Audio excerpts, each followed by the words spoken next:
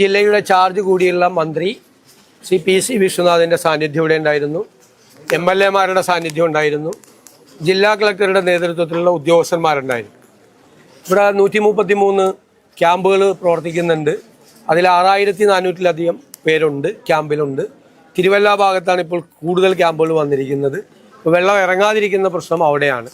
ഇതുവരെയുള്ള നടപടിക്രമങ്ങൾ വിലയിരുത്തി സംസ്ഥാന സർക്കാർ പൂർണ്ണമായ അധികാരം ജില്ലാ ഭരണകൂടത്തിന് നൽകിയിട്ടുണ്ട്. എത്ര രൂപ വേണമെങ്കിലും ചെലവാക്കാനുള്ള അധികാരം കൊടുത്തിട്ടുണ്ട്. ക്യാമ്പിലെ ഭക്ഷണ സാധനങ്ങൾക്കൊക്കെ ഏറ്റവും നല്ല രീതിയിൽ, ഏറ്റവും ശുചിയായ രീതിയിൽ ഭക്ഷണം കൊടുക്കണമെന്ന് നിർദ്ദേശിച്ചിട്ടുണ്ട്. അത് ചെയ്തു വരുന്നുണ്ട് ഭംഗിയായിട്ട്. ആവശ്യമായ ടോയ്ലറ്റ് സൗകര്യം ഇല്ലാത്ത സ്ഥലങ്ങളിൽ ബയോ ടോയ്ലറ്റുകൾ കൊണ്ടുവരാൻ വേണ്ടിയിട്ടുള്ള സംവിധാനങ്ങൾ ഏർപ്പെടുത്തിയിട്ടുണ്ട്. എല്ലാ സ്ഥലത്തും ലൈറ്റ് ഏർപ്പാട് ചെയ്തിട്ടുണ്ട്. പോലീസിൻ്റെ പ്രത്യേകമായ സുരക്ഷാ സംവിധാനം എല്ലാ ക്യാമ്പുകളിലും ഏർപ്പെടുത്തിയിട്ടുണ്ട്. ഇനി വെള്ളം ഒഴിഞ്ഞു കഴിയുമ്പോൾ തിരിച്ച് വീടുകളിലേക്ക് പോകുന്നവർക്ക് വെള്ളം കയറിയ വീടുകൾക്ക് 10,000 രൂപ ധനസഹായമായിട്ട് അത് നൽകും. തീർച്ചയായിട്ടും ഇത് ഒരു പത്തനംതിട്ട ജില്ലയിൽ ഈ പ്രതിഭാസം വീണ്ടും ആവർത്തിക്കുകയാണ്.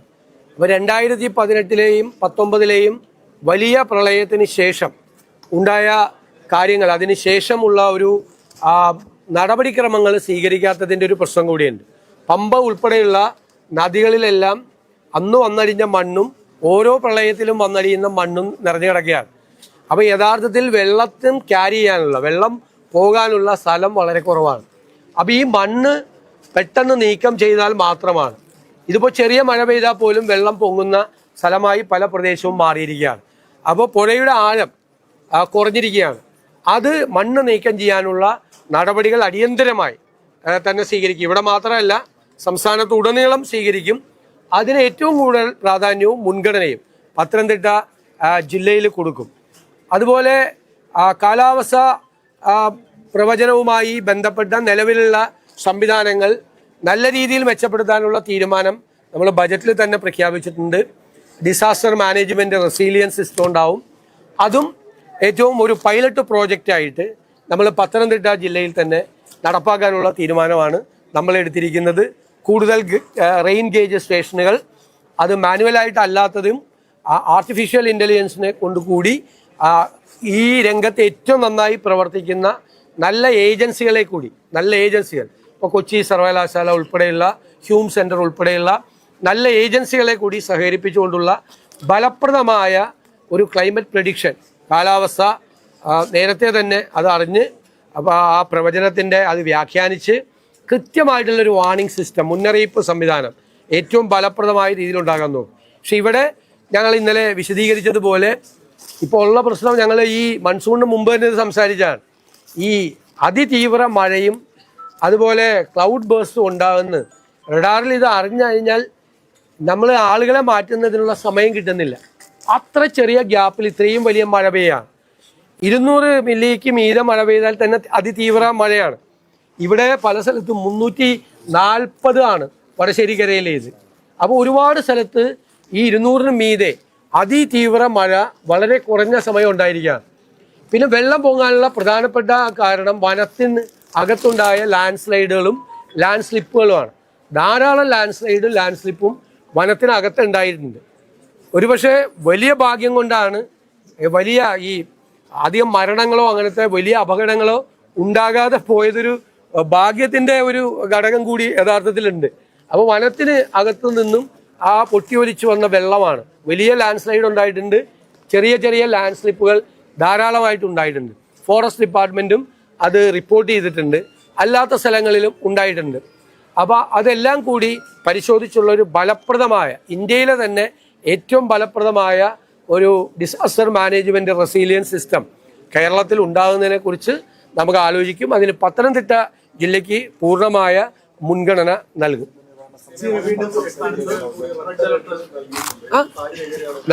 നമ്മൾ വളരെ സൂക്ഷ്മമായി നിരീക്ഷിച്ചുകൊണ്ടിരിക്കുകയാണ്. എല്ലാ സ്ഥലത്തും ആവശ്യമായ സന്നാഹങ്ങൾ ഏർപ്പെടുത്തിയിട്ടുണ്ട്. നമ്മൾ 2 ഹെലികോപ്റ്ററുകൾ അറേഞ്ച് ചെയ്തിട്ടുണ്ട്.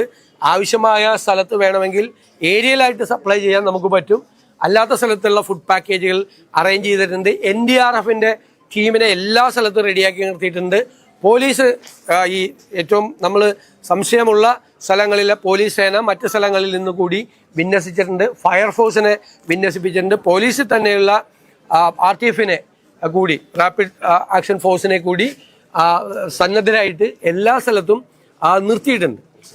നമുക്ക് ആകെ ഒരു ഭയമുള്ളത് ഈ അതിതീവ്ര മഴയാണ്. ഒരു മുന്നറിയിപ്പും ഇല്ലാതെ എവിടെയാണ് ഇത്, അത് ഏറ്റവും നമ്മൾ പറഞ്ഞല്ലോ ഏറ്റവും സെൻസിറ്റീവായ സ്ഥലത്ത്, പ്രത്യേകിച്ച് ഈ പശ്ചിമഘട്ട മലനിരകളിലെ സെൻസിറ്റീവായ സ്ഥലത്ത് അത് പെയ്യുമ്പോൾ ഉണ്ടാകുന്ന ലാൻഡ് സ്ലിപ്പുകളുമാണ് നമ്മളെ ഏറ്റവും കൂടുതൽ ഭയപ്പെടുന്നത്. പിന്നെ ഈ നദിയിൽ ഈ മണ്ണ് വന്ന് അടിഞ്ഞു കിടക്കുന്നത്. ഇപ്പം ഈ ഒരു പ്രളയം കൂടി കഴിയുമ്പോഴേക്കും ഒരുപാട് സാധനങ്ങൾ, ഒരുപാട് മാലിന്യങ്ങളും മണ്ണും എല്ലാം വീണ്ടും വന്ന് അടിയാണ്. അപ്പം അതാണ് ഇപ്പോഴുള്ള പ്രസന്റ് ആയിട്ടുള്ള നമ്മുടെ ഒരു വെല്ലുവിളി. അതാണ് ഇത് മാറിക്കഴിഞ്ഞാൽ നമ്മൾ അടിയന്തര പ്രാധാന്യം കൊടുത്ത് ഇനി അടുത്ത ഫ്ലഡ് വരെ കാത്തിരിക്കാതെ 5-8 കൊല്ലമായി ഇത് ഇങ്ങനെ കെട്ടിക്കിടന്നിട്ട് ഒരു നടപടി എടുക്കാതെ ആ മുന്നൊരുക്കം ഇല്ലാത്തതിന്റെ ഒരു പ്രശ്നം ഉണ്ടായിട്ടുണ്ട്. 150-ൽ മീതെയുള്ള ആളുകളുള്ള ക്യാമ്പുകളെല്ലാം രണ്ടാക്കാൻ വേണ്ടിയിട്ട് പറഞ്ഞിട്ടുണ്ട്. അത് നമ്മൾ അപ്രതീക്ഷിതമായി വന്നു ചേരുന്നതാണ്. അപ്പൊ പിന്നെ അതിഥി തൊഴിലാളികൾ ധാരാളം പേരുണ്ട് ഇവിടെ.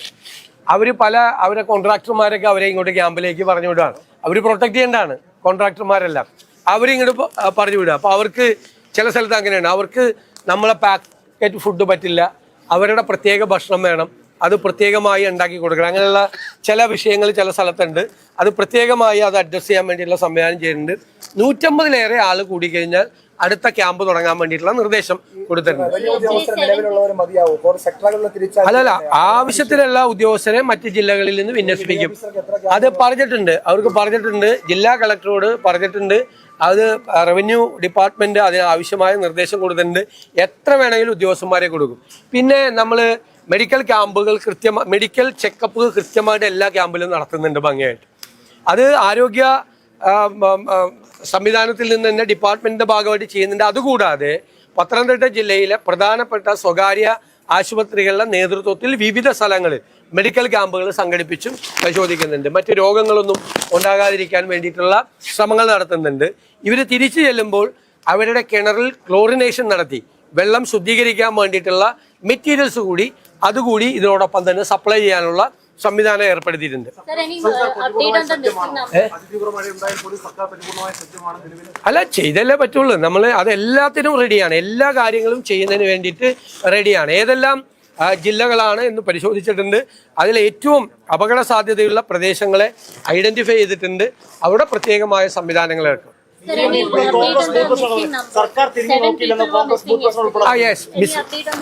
No, it is missing. We are searching through various means.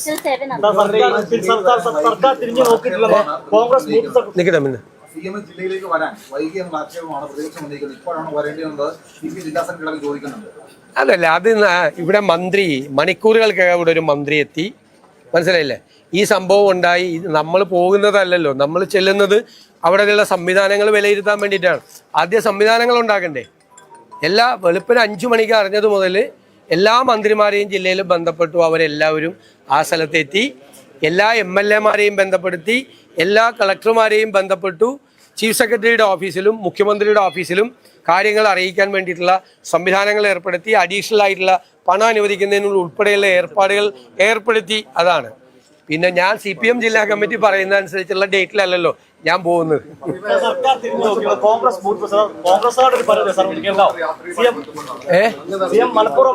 എന്താണ്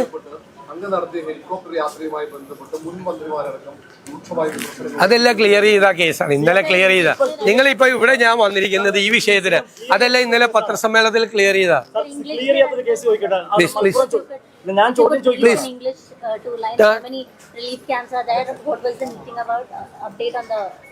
Now we have reviewed the rehabilitation process and other measures in Pathanamthitta districts. There are more than 133 camps. The inhabitants are more than 6,000. The camps, all measures are taken by the government to provide the food, shelter, and toilets were arranged.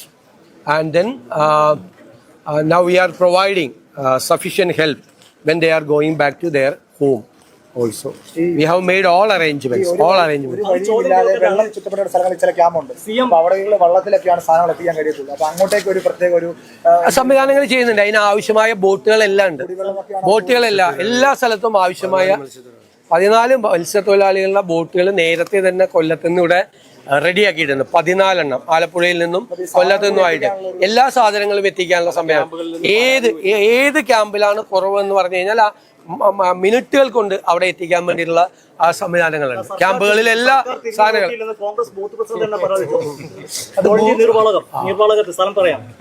രാവിലെ booth പ്രസിഡന്റിന്റെ വീട്ടിൽ പോയല്ലേ.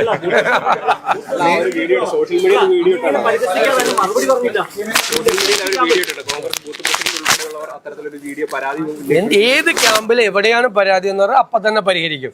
133 ക്യാമ്പുകളും 6400 പേര് നിൽക്കുകയാണ്.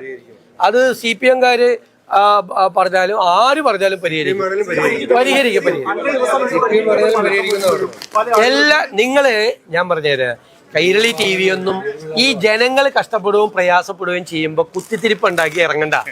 അല്ല, ഒരു കുത്തിത്തിരിപ്പ് പുറത്തു വന്നല്ലോ. ഒരു പാവ സ്ത്രീയെ കൊണ്ട് ഏരിയ കമ്മിറ്റി സെക്രട്ടറി പറഞ്ഞതൊക്കെ പുറത്തു വന്ന് നാണം കെട്ട് നിൽക്കുക. ഇനിയും നാണം കെട്ടണ്ട.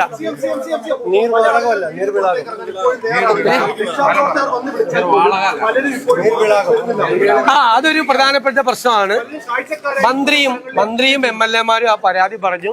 പല വീടുകളിൽ നിന്നും നമ്മൾ ഇവാക്യുവേഷൻ നടത്താൻ വേണ്ടിയിട്ട് നിർദ്ദേശം കൊടുക്കുമ്പോൾ അവർ പോരുന്നില്ല. അവർ ചില വീട്ടിലൊക്കെ 2ാമത്തെ നിലയിലൊക്കെ നിൽക്കുകയാണ്. അത് വെള്ളം കയറി കഴിഞ്ഞാൽ പിന്നെ നമുക്ക് അവിടെ പോയി അവരെ രക്ഷപ്പെടുത്താൻ ബുദ്ധിമുട്ടായിരിക്കും.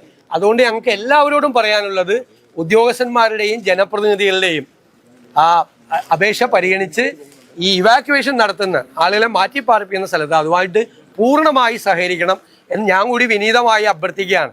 കാരണം നമുക്ക് എല്ലാവർക്കും അറിയാം, ഞങ്ങളൊക്കെ ക്യാമ്പ് നടത്തി പരിചയമുള്ളവരാണ്. ചിലർ വരില്ല, ചിലർ ഒന്നും ഉണ്ടാവില്ല എന്ന് വിചാരിച്ചിരിക്കും. പക്ഷെ ഉണ്ടായി കഴിഞ്ഞാൽ നമുക്ക് പിന്നീട് അവിടെ റെസ്ക്യൂ ഓപ്പറേഷൻ നടത്തുന്ന ഭയങ്കര റിസ്ക് ആണ്. പോകുന്ന ആളുകൾക്ക് കൂടി, രക്ഷാപ്രവർത്തകർക്ക് കൂടി റിസ്ക് ആവും. അതുകൊണ്ട് പൂർണ്ണമായി എല്ലാ പ്രവർത്തനങ്ങളുമായി സഹകരിക്കണം എന്ന് ഞാൻ അഭ്യർത്ഥിക്കുന്നു.